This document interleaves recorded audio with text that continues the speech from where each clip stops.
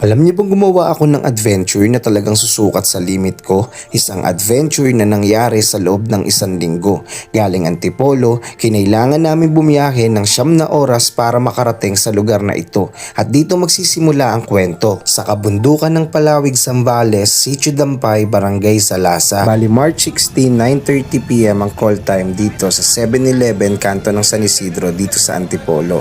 9:30 to 10 PM at ang target saktong 10 PM ang take off. Tulad ng dati, dito muna ipinaliwanag yung mga dapat at hindi dapat gawin, tapos humingi rin tayo ng gabay para sa isang ligtas na paglalakbay. At nung okay na lahat, tara, biyahe na tayo. Kung matatandaan nyo, March 16 din pala nagsimula tumaas yung presyo ng gasolina. Kaya eto din yung araw o yung panahon na nagsimulang pumili yung mga tao sa gasolinahan. Ang kaso, nakaset na 3 linggo bago pa mangyari ang araw na to. Yung ibang kasama nakapag-leave na sa trabaho at madami-dami na ring lakad ang naisakripisyo. Kaya wala kaming ibang choice kundi ituloy at bawal i-cancel. May mga ilang kasama rin kaming umatras, pero syempre ang mahalaga pa rin ay kung sino yung nandyan. Pero balik tayo, nabaybay na pala natin yung Marikina, Quezon City, Caloocan, Valenzuela, papunta rito sa Bulacan. First stop, galing Antipolo.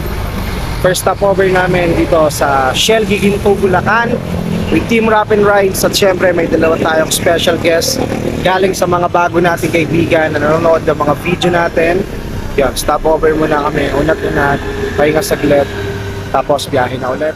Saan kayo galing yan, Tay? Galing ako lang Tondo, Manila. Kami Antipolo. Ito first stop. Sige po, pahinga muna kayo. Pwede naman sabay kayo sa amin. Asabay na lang ako para dapat daw. Opo. Tsaka para makapahinga rin.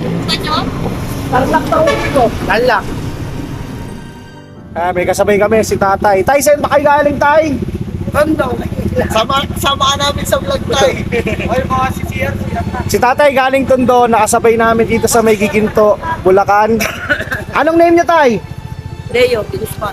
Tatay Deo de Guzman, maraming shoutouts. Papunta siyang Tarlac ngayon, nakasabay namin, kami pa Zambales. Ayan. Ride safe sa amin. Si Tatay Deo, isa sa mga unexpected na tao na naging bahagi ng 1 week adventure. Nakasabay namin siya dito sa bandang Bulacan. Galing Tondo papuntang Tarlac, pero hindi niya daw kabisado yung lugar hanggang sa Pampanga. Pero pag nandito na daw ay alam niya na kung paano makarating ng Tarlac. Bagong kakilala pero itinuring din namin na tunay na kasama hanggang sa makarating kami dito sa Pampanga. San Fernando, Pampanga, second stopover namin. May 4 na oras pa kaming biyahe dahil nakaka2 oras na kami. Pero Oy, may mga inaantok pa sa inyo? Kakapil na kayo. Okay ba? Okay ba?